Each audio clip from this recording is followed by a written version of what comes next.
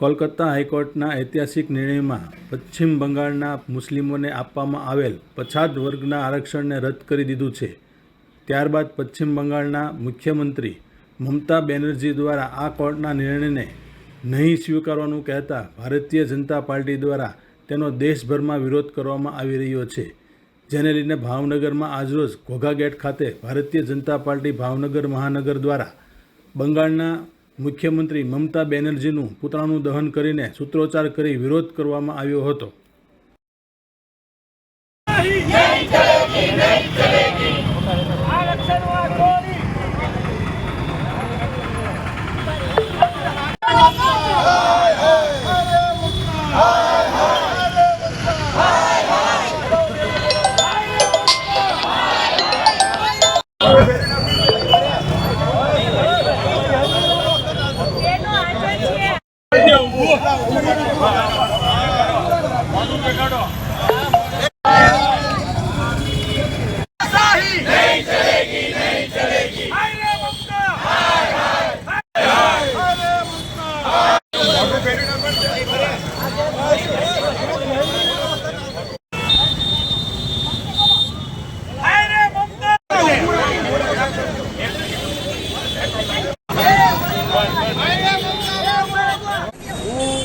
Naresh Makwana, Bharatiya Janata party શહેર મહામંત્રી.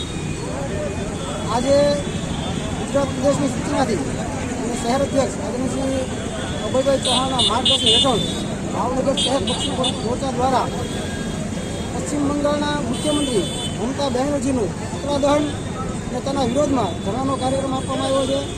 કારણ પશ્ચિમ બંગાળમાં 2011 સુધી 108 જ્ઞાતિનો બક્ષીપંચમાં ઓબીસીમાં સમાવેશ થયેલો હતો. 2011 બાદ મમતા બેનર્જી દ્વારા બીજી 71 જ્ઞાતિનો એમાં ઉમેરો કરવામાં આવ્યો. આ 71 જ્ઞાતિમાં 65 મુસ્લિમ જ્ઞાતિઓ અને 6 હિન્દુ જ્ઞાતિનો સમાવેશ કરવામાં આવ્યો છે.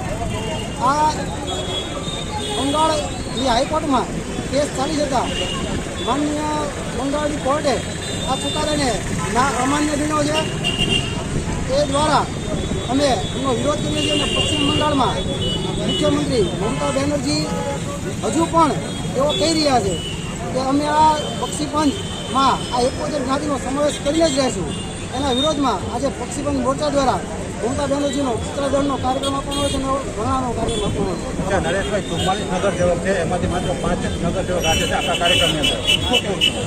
આ વેકેશનનો સમય છે એટલે ફરવા ગયા હોય.